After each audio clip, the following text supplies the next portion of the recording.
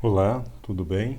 Aqui quem vos fala é o professor Alexandre Ferreira Ramos, da disciplina de Cálculo 2 da Escola de Artes, Ciências e Humanidades da Universidade de São Paulo. E esse é o nosso segundo vídeo que versa sobre a integral definida. Está na seção de 5.2 do livro do Stewart. Esse tema, ele é um tema, em resumo, ele responde a seguinte pergunta: como calcular áreas de curvas esquisitas, né? Quando você tem, por exemplo, digamos que você tenha um terreno aqui que tem ele tem um muro, né? Tem esse muro aqui, você tem um terreno limitado por uma estrada, por exemplo, ela é oblíqua, e aí você tem esse terreno do A2 aqui. Se você tem esse terreno A2, a área do seu terreno é muito fácil calcular. Você pega a base desse triângulo, multiplica pela altura e divide por 2 e você sabe qual a área do seu terreno. Se o seu terreno fosse esse, você saberia calcular também essa área. Seria trivial, a base vezes a altura dividido por 2. Se você fosse o dono deste terrenão aqui, você também saberia calcular a área, né? A base vezes a altura dividido por 2. Se o seu terreno fosse essa área, seria o lado vezes um lado, base vezes altura. Se o seu terreno fosse essa região verde, delimitada aqui, esse trapézio, então você saberia também calcular, né? Base maior mais base menor, multiplicadas pela altura, dividido por 2. Então você tem condições de calcular a área de vários tipos de delimitações geométricas. Existem fórmulas bem estabelecidas que permitem que você calcule a área dessas regiões e tenha condições de planejar o seu plantio para a próxima safra. Agora, suponha que você tenha sido a última pessoa a ganhar o terreno do lote, e você ganhou um terreno que é delimitado aqui desses dois lados por essas linhas retas, aqui por uma estrada, mas ele tem um rio no fundo. E um rio sinuoso. Eu não sei, essa é uma boa pergunta para vocês. A palavra sinuoso vem de seno? Bom, esse rio sinuoso, curvilíneo, gera uma área que tem uma forma um tanto irregular. E a pergunta é: como será que a gente consegue calcular a área desse novo terreno usando alguma fórmula bem estabelecida, como aquela bonitinha aqui para o cálculo da área do triângulo, trapézio, retângulo? Como existe alguma fórmula para calcular essa área e com isso saber e planejar o plantio da sua região? Bom, você não vai, a priori a resposta seria: eu não sei qual é a fórmula. Será que tem algum jeito de fazê-lo? Então, para fazer um jeito possível, seria dividir o seu terreno, pegar várias faixas retangulares, né, múltiplas, um número muito grande delas, que quanto mais finas fossem, melhor elas representariam de forma aproximada a área do seu terreno.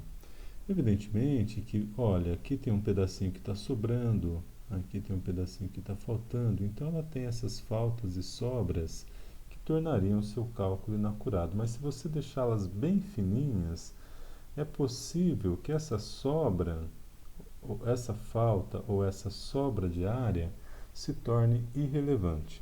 A partir desse momento, você está num nível de precisão para cálculo da área do seu terreno bom o bastante para fazer o planejamento do seu plantio. Veja, se você tivesse um caso, né, vamos pegar esse caso particular aqui, em que a sobra ou as faltas são grandes demais, são significativas, talvez esse planejamento se torne muito difícil de ser feito.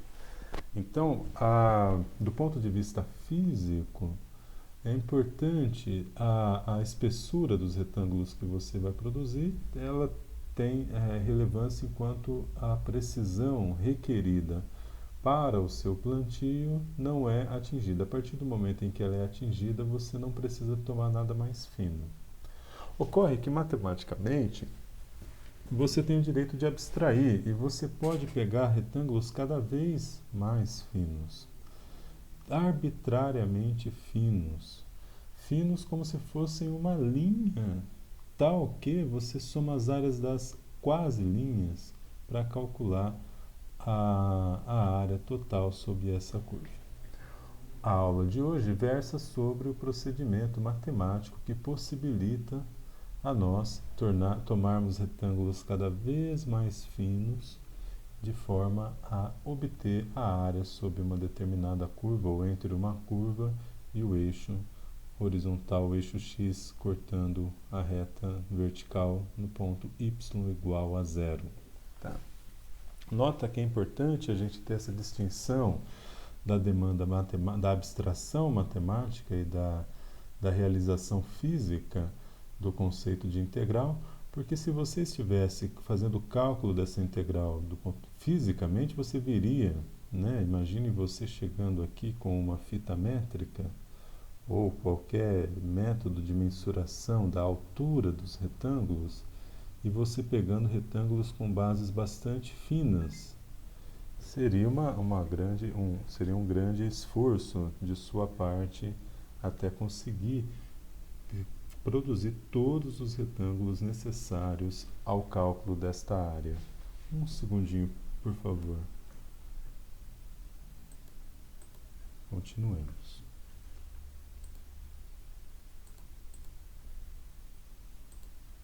Voltemos então. O conceito de integral definida é um conceito que faz o seguinte, que diz o seguinte: se f é uma função contínua definida no intervalo a a b, a menor ou igual a x menor ou igual a b, dividimos o intervalo de a a b, note que é um intervalo fechado em a e em b, tá? Então os pontos a e b estão incluídos em n subintervalos de comprimentos iguais a ΔX. Esse requerimento dos comprimentos iguais pode eventualmente ser relaxado, mas aqui, neste momento, nós assumimos os comprimentos iguais. E são iguais a ΔX igual a b menos a dividido por n, dado que nós estamos tomando n subintervalos. Então, sejam x0 igual a x1, que é x0 mais delta, e etc., até xn igual a b, as extremidades dos subintervalos, e sejam x1 asterisco até xn asterisco, pontos amostrais arbitrários desses subintervalos. Então, x1 está entre x0 e x1, a x1 estrela, x2 estrela entre x1 e x2 e assim sucessivamente. De forma que xi estrela esteja no iésimo subintervalo. Então, a integral definida de f de a a b é dada por integral de a a b de f de x dx igual ao limite, quando n vai a infinito, do somatório em i, de 1 até n, do f do xi estrela vezes ΔX. Então, é a função f efetuada nos pontos amostrais, nos iésimos pontos amostrais, multiplicada pelo intervalo ΔX. Quando esse intervalo se o n vai a infinito, então ΔX vai a zero, que corresponde ao nosso retângulozinho cada vez mais fino aqui. Essa integral é definida, ela existe desde que o limite exista, né? Então esse limite aqui do somatório tem que existir, e ele dê o mesmo valor para todas as escolhas possíveis de pontos amostrais. Então, independente do valor do xi asterisco que você pega no iésimo intervalo, para todos os subintervalos, esse resultado dessa integral tem que ser sempre o mesmo. Se isso acontece, então se esse limite existe, então nós vamos dizer que a função f é integrável no intervalo AB, e você agora sabe calcular a área do seu terreno e sabe planejar o seu plantio para a próxima safra com toda tranquilidade, a quantidade de adubo que vai precisar e a quantidade de sementes que você consegue plantar e assim sucessivamente. Então essa é a noção de cálculo de área, utilizando o conceito de limite e o conceito de integral definida.